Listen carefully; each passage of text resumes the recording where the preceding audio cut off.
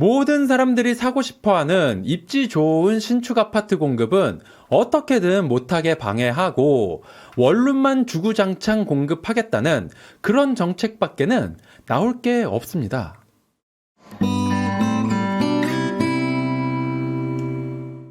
정부에서 집값을 잡아보겠다고 여러 가지 대책을 내고 있죠. 그 전략의 방향 자체는 나쁘지 않아요. 규제를 빡세게 때려서 수요를 일단 막아놓은 다음에 시간을 좀 벌면서 공급 폭탄으로 때려잡는 거 괜찮은 전략이죠. 근데 결과가 항상 똑같았습니다. 규제로 시간을 벌어놨는데 그 사이에 제대로 된 공급 정책이 안 나와요. 공급이 동반이 안 되면 결국 수요 차단은 실패할 수밖에 없고 더 큰 반작용으로 돌아오게 되는 거거든요. 지난주부터 계속 이런 기사 나오고 있죠. 서울 아파트 가격이 다시 불타오르기 시작했고 10.15 대책의 약발이 한 달 만에 끝나버렸다 이겁니다. 수요를 차단하는 방법은 일시적으로는 효과가 있지만 결국에는 무슨 스프링이 튀어나오듯이 더 큰 반작용이 나온다는 거예요. 왜냐면 규제를 해봐야 뾰족한 방법이 없나 보구나 라는 걸 사람들이 알아버리게 되니까요. 그런 정책 실패가 계속 반복되면 사람들은 더더욱 패닉 바잉에 빠지게 되는 겁니다. 그래서 지난 11월 KB 통계를 보면 서울 아파트 값이 5년 만에 최고치로 상승했다고 하네요. 지금 시장의 상황이 어떤지 그래프로 한눈에 봐볼게요. 25년 11월 상승률이 1.17%였습니다. 여기서 과거로 선을 쭉 그어보면 거의 5년을 거슬러 올라서 여기 20년 9월까지 가게 됩니다. 이때가 언제냐? 대코로나 시대였습니다. 지금 상승률은 거의 코로나 시대랑 맞먹고 있어요. 이제 상황이 좀 이해가 가시죠? 더 놀라운 거는 많은 사람들이 아직 상승 초기에 불과하다라고 생각하고 있다는 겁니다. 아무튼 5년 만에 최고 상승률을 찍었다고 뉴스에서 계속 때리니까 정부가 가만히 있을 리가 없겠죠? 정부가 출범한 지 아직 반년밖에 안 됐는데 벌써 네 번째 집값 대책 얘기가 본격적으로 수면 위로 올라오고 있습니다. 지난 영상 찍을 때까지만 해도 구체적인 내용은 없었는데 이제는 정부가 서서히 방향성을 보여주고 있어요. 그럼 그 구체적인 내용이 어떤 건지 한번 볼까요? 노후 정부청사 재건축, 그린벨트 해제. 이거 어디서 많이 듣던 얘기죠? 문재인 정부 때 추진하다가 엎어졌었던 걸 창고에서 다시 꺼내왔다고 하네요. 여러분, 이거 기대가 되세요? 어딘지 구체적인 위치도 언급을 하고 있습니다. 태릉 골프장, 서부 면허 시험장. 이것도 이미 5년 전에 다 엎어졌었던 것들이기는 한데, 태릉 골프장이 어디냐? 여기입니다. 골프장이다 보니까 면적이 정말 넓죠? 이게 서울 전체로 보면은 위치가 정확히 여기입니다. 서부 운전면허 시험장, 여기도 면적이 꽤 넓어요. 제가 예전에 여기서 운전면허를 갱신한 적이 있습니다. 마포구 하늘공원 뒤쪽인데 지도로 보시면 여기입니다. 어때요? 지금 태릉 골프장, 서부 운전면허 시험장 이런 위치가 사람들이 막 좋아할 것 같은 위치로 보이시나요? 자, 다음은 그린벨트 해제입니다. 이것도 잊을만 하면은 맨날 한 번씩 꺼내서 울거먹고 있는 거기는 한데 여기 지도에 녹색으로 표시된 곳들이 서울시의 그린벨트입니다. 지도 보면 딱 감이 오시죠? 무슨 식빵 껍데기처럼 전부 다 서울 변두리에 붙어 있고요. 그마저도 대부분이 산악지역입니다. 최근에 그린벨트 얘기가 나왔을 때 제일 떠들썩했었던 곳이 바로 여기 서초구 서리풀 지구입니다. 서초구면 우리나라에서 제일 비싼 동네잖아요. 이런데 그린벨트가 해제되고 아파트 단지가 들어온다고 하니까 시장에 끼치는 영향력이 얼마나 크겠습니까? 근데 그거는 둘째치고 서리풀지구도 진행되는 게 없습니다. 작년에 야심차게 그린벨트 풀고 아파트 2만 세대를 넣겠다느니 했는데 정부의 바람과는 달리 그 지역 주민들은 반발이 아주 심합니다. 이게 공공개발이다 보니까 수용에 대한 보상이 서로 기대하는 바가 많이 다른 것 같아요. 공공에서 진행하는 거 지지부진한 게 뭐 어제 오늘 일도 아니죠? 개발이라는 거는 모두가 이득이 있어야 속도가 나는 건데 공공성만 너무 강조하면 정작 소유주들은 진행하기 싫을 수밖에 없는 거거든요. 아무튼 그린벨트 해제의 최대어, 서초구 2만 세대 공급의 주인공, 서리풀 지구의 위치는 어디냐? 바로 여기입니다. 평소에 생각하시던 서초구의 위치가 아니죠. 위성사진으로 좀 더 자세히 보시면 여기에요.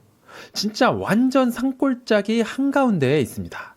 내곡동 가보신 분은 아시겠지만 이거 그냥 뭐 내곡동 2탄이다 라고 보시면 돼요. 이게 시장에 얼마나 큰 영향을 줄 수 있을지는 모르겠지만 이마저도 전혀 진행이 안 되고 있다는 겁니다.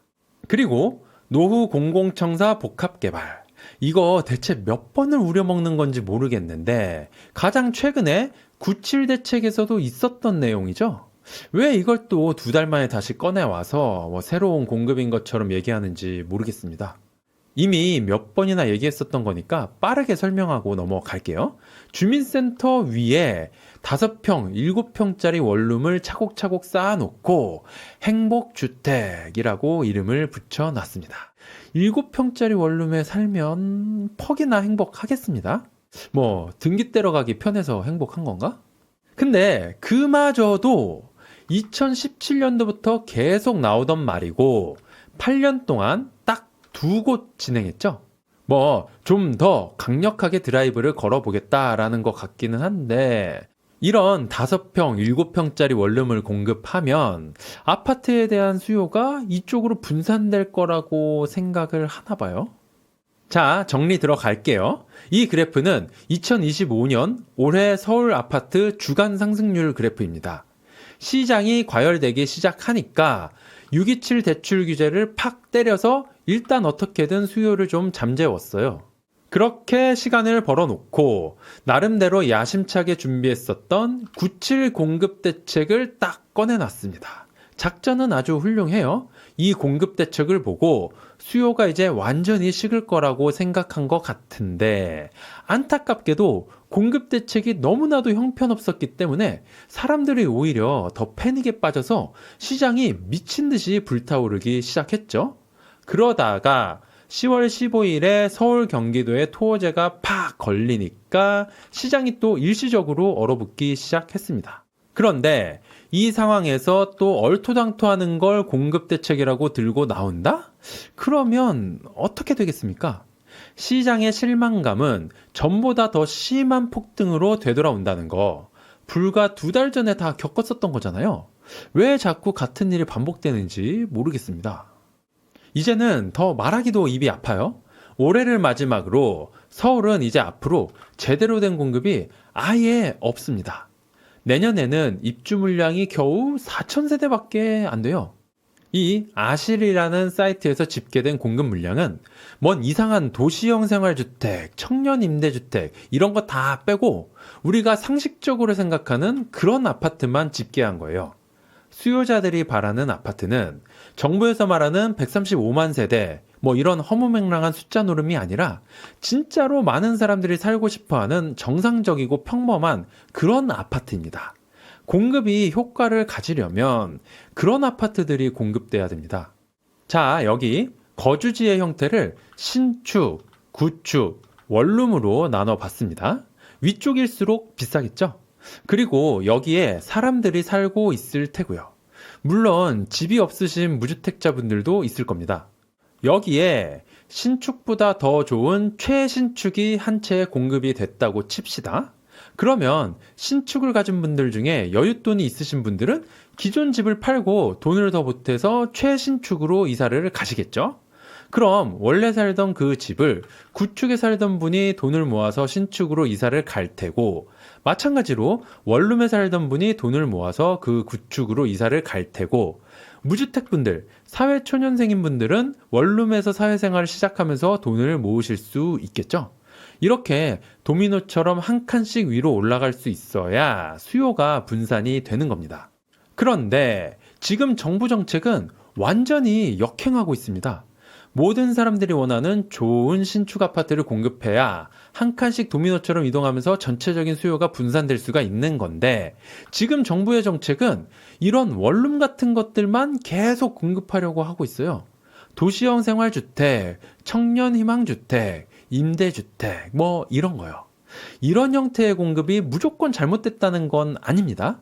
이런 비선호 주택도 일정 수준은 공급이 돼야 사회초년생들도 시작할 수 있는 보금자리가 생긴다는 거. 이거는 맞아요. 근데 문제는 사람들이 선호하는 좋은 집을 아예 공급하지 않는 상태에서 비선호 주택만 공급을 주구장창 하게 되면 기존 신축은 희소성 때문에 더더욱 비싸지고 구축도 따라가서 올라가 버리게 됩니다. 결국 계층 간의 격차만 더 커지고 계층 이동 사다리가 완전히 박살이 나게 되는 거예요. 주택 공급이라는 거는 숫자가 중요한 게 아닙니다. 사람들이 원하는 주택이 얼마나 많으냐에 따라서 가격이 결정되는 거거든요. 제초안이네, 공공기여네, 한강뷰 임대주택이네 등등 신축 공급을 할래야 할 수가 없게 만드는 정책은 점점 강화되고만 있습니다. 그리고 정작 실질적인 공급은 이런 비선호 주택만 숫자 채우듯이 때려 박으니까 집값이 잡힐 리가 있겠습니까? 여러분, 이번에 나올 네 번째 집값 정책은 공급 정책이 될 가능성이 높습니다. 그리고 뚜껑을 열어보나 마나 97 공급 대책 때처럼 집값에 아무런 영향을 미치지 않는 허무맹랑한 대책들만 있을 가능성이 매우 높아요. 그러면 이제 또다시 패닉 바잉이 시작될 겁니다. 이제 사람들은 토어제라는 시스템에도 충분히 익숙해져 가고 있어요. 내 집 마련 계획이 있으신 분들은 망설이는 시간이 길어질수록 점점 눈높이를 낮추셔야 하게 될 겁니다. 제 영상이 내 집 마련을 고민하시는 분들에게 마음의 결정을 내리는 데 도움을 드렸기를 진심으로 바랍니다. 감사합니다.